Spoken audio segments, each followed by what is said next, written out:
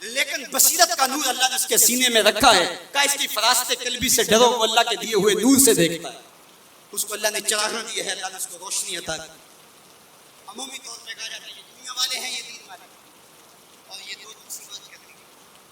یہ تقسیمات ہمارا دین ہمیں نہیں سکھاتا. دونوں پلڑے برابر رکھو، دنیا بھی اور دین.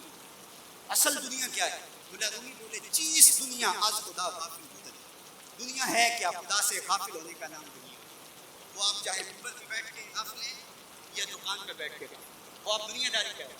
یہاں مقصد لوگوں کے دل اپنی طرف موڑنا، لوگوں کی جیبیں ڈھیلی کرنا، لوگوں میں اپنے آپ کو محبوب اور اپنے آپ کو جو ہے لوگوں کا محسوس بنانا، اپنے بت کو تراشتے رہنا کہ لوگ پوجا پاٹ کرتے رہیں. یہ ممبر پہ دکانداری ہو رہی ہے. اور دوسرا دکان پہ بیٹھا ہے لیکن سچ کا دامن نہیں چھوڑتا. میرے حضور نے فرمایا سچا تاجر قیامت کے دن پیغمبروں کے ساتھ اٹھایا. دنیا اور دین یہ دونوں ساتھ ساتھ چلتے ہیں. تو دین اور دنیا دو الگ الگ خانے نہیں ہیں. اسلام ترک دنیا سے روکتا ہے لیکن گھر کے دنیا سے بچنے کی تلقین کرتا ہے.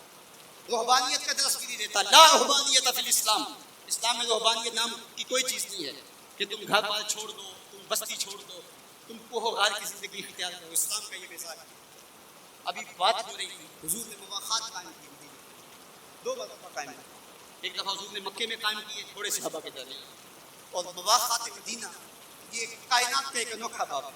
اور یہ ایک الگ مضمون کا عنوان ہے کہ دو افراد کو، ایک انصار کیا اور ایک مہاجر، اور حضور نے ان کے درمیان مواخات قائم کی. حضرت ابو درداء اور حضرت سلمان فارسی کے درمیان مواخات، جن کے ساتھ بھائی چارہ تھا وہ پھر حال پوچھنے جا رہا تھا کہ میرے بھائی کی پریشانی ہوئی. تو حضرت سلمان فارسی گئے حضرت ابو درداء کے گھر. تو دیکھا کہ حضرت ابو درداء کی بیوی وہ عام سے کپڑوں میں تھی. انہوں نے کہا کہ میری بہن یہ کیا مانتی؟ میں نے پوچھا ایک واجبی سے کپڑے. تو کہا کہ تمہارے بھائی کو دنیا کے ساتھ کوئی رغبت نہیں ہے. عورت آراستہ ہو. حضور نے فرمایا کہ عورت کی خوبیاں بیان کی کہ بہترین عورت وہ ہے جب اس کا شوہر دیکھے اس کو خوش کرے، اس کا لباس اور طرز زندگی ایسا ہو مرد کے لیے مسرت خوش اور سچائی کا دیا ہو تاکہ اس کی نظر یکسو رہے اور اس کے خیالات کا آگے نہ ہو، اس کی سوچوں میں آوارگی ہو. تو کہا کہ تمہارے بھائی کو رغبت ہی نہیں اس لیے مجھے اس کی ضرورت ہے. خیر حضرت ابو درداء آئے کھانا لگے. حضرت سلمان فارسی نے کہا کہ آپ بھی کئی ہمیں روزے سے. میں نے کہا آپ مفتی روزہ مہمان کے لیے رکھا جا سکتا. تو انہوں نے روزہ افطار کر دیا ساتھ بیٹھ کر سینے لے گئے. تو حضرت ابو درداء مصلی پہ شاعری حضرت سلمان فارسی نے کہا جناب آپ میرے ساتھ سلام. اللہ اکبر یا رسول حضور کی طرف پانا. آج تو میں فتویٰ مجھے ہوگا اس نے مجھے نماز سے رکا یہ دعا اسلام سے کہا.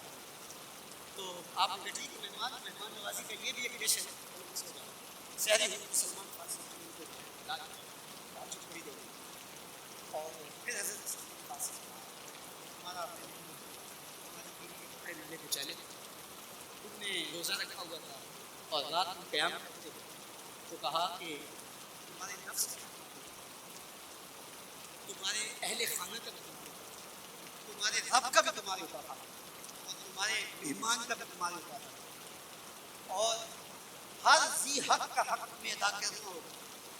اور یہ بات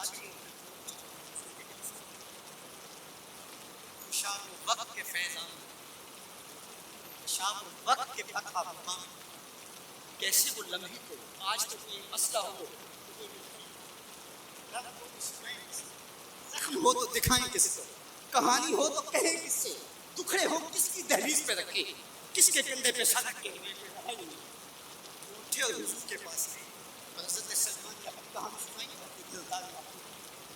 میرے حضور نے کیا بات سنی؟ میرے حضور علیہ السلام بھی ارشاد فرمایا صدق سلمان. کہا میرے سلمان نے سچ کہا ہے. تو ہمارا دین ہمیں یہ کہتا ہے کہ تمہاری زندگیاں خوبصورت ہو، رب کا حق بھی ادا کرو. اور حضور نے ایک شخص کو دیکھا تو سخت کمزور ہے. فرمایا کہ کیا ماجرا ہے، تم بہت کمزور ہو. اس نے کہا کہ بہت ساری مصیبتیں ہیں جو میرا دکھ کرے. میرے حضور نے کہا کہ تم نے اللہ سے کوئی دعا تو نہیں مانگی. اللہ یہ دل و قلب نگاہ کے نیچے قبول. حضور کو سینوں کے چھپے راز بھی جانا. کہا کہ تو نے کوئی دعا تو نہیں کی تھی جب سے؟ کہا جی حضور میں نے اللہ سے دعا کی. کیا دعا مانگی؟ کہا میں نے اللہ سے کہا مالک جو بھی تکلیفیں ہیں مصیبتیں ہیں وہ آخرت کے حصے کی بھی دنیا پہ بھیج تاکہ یہیں فارغ ہو کے تو بڑے ٹکڑے ہیں، بڑے غم ہیں، بڑی اذیت ہے، بڑی بیماری اس نے مجھے کمزور کیا۔ ظاہر بڑی اچھی بھلی بات کہ سارے ٹکڑے دنیا پہ لے لیا آخر ساتھ، لیکن میرے حضور نے کیا اشارہ تو میں نے یہ کیوں کہا کہ آخرت کے دکھ بھی دنیا پہ مل جائیں؟ تو نے یہ کیوں نہیں کہا ربنا آتنا فی الدنیا حسنۃ وفی الآخرۃ حسنۃ؟ اللہ دنیا میں بھی بہتریاں دے دے، آخرت میں بھی بہتریاں۔ وکذالک جعلناکم امۃ وسطا، جب تک ترازو پورا نہیں رکھو گے، جب تک دونوں پلڑے برابر نہیں ہوں گے، تم آگے کبھی نہیں بڑھ سکو گے۔ یار میں تو سفر پہ نکلتا ہوں تو میرا ساتوان گاڑی روک کے کہتا تھا میں ہوا چیک کروانا، کسی ٹائر میں ہوا کم نہ ہو، مجھے تو لگتا تھا، وہ کہتا مجھے پتا ہے گاڑی ڈول رہی ہے۔ یار ایک ٹائر میں ہوا کم ہو تو سفر نہیں ہو سکتا، تو کہیں ٹائر کھلا ہو اور کہیں چپکا ہوا ہو تو تم سمجھتے ہو مدینے پہنچ جائیں گے، مدینے نہیں پہنچ سکتے، تم تو کہیں نہیں پہنچ سکتے۔ وَكَذَلِكَ جَعَلْنَاكُمْ أُمَّةً وَسَطًا، دونوں ترازو کے پلڑے برابر رکھو، دونوں ٹائروں کے اندر ہوا پوری رکھو، پھر تمہاری گاڑی فراٹے بھرتے ہوئے مکے بھی پہنچے گی، مدینے میں۔ اس لیے کہا کہ تم نے امت وسط بننا ہے، اپنے دامن کو کبھی بھی دائیں بائیں جھکنے نہیں دینا، افراط و تفریط کا شکار نہیں ہونے دینا۔ طاعت اور خدمت خلق کے مابین بھی عمومی طور پہ ہمارے معاشرے کے اندر غلط فہمی پہ جاتی ہے۔ کچھ لوگ کہتے ہیں جی بس میں تو اللہ کے مخلوق کی خدمت کروں، مجھے کیا ہے، میں تو حج بھی نہیں کیا، اس کے پیسے بھی غریبوں کو دے۔ وہ تبلیغ کرتے ہیں لوگ کہ جناب قربانی کے پیسے بھی اگر غریبوں میں دے دیے جائے تو یہ زیادہ اچھا ہے، اس کی مدد ہو جائے۔ تو وہ اس خدمت خلق میں اتنا غلو کر جاتے ہیں کہ وہ اسلام کے شعار کا مذاق اڑانے لگ جاتے ہیں، اور جو عبادت والے ہیں انہیں ہمسائے کو دیکھنے کا موقع بھی نہیں۔ اور آپ جانتے ہیں کہ جب ایک بستی کو برباد کرنے کا حکم دیا گیا تو کہا کہ یہاں تو ایک بستی میں شخص رہتا ہے جس کا سر سجدے سے اٹھتا ہی نہیں۔ کہا میرے بندوں کے اوپر قیامتیں ٹوٹے اور ان کے اوپر ظلم اور جبر کے پہرے ہوں اور اس کے ماتھے پہ شکن نہیں آتا، اس کے سمیت ہی بستی کو لٹ کے رکھ دو۔ یار عبادت کرتے ہو لیکن ہمسایوں کا خیال بھی رکھو۔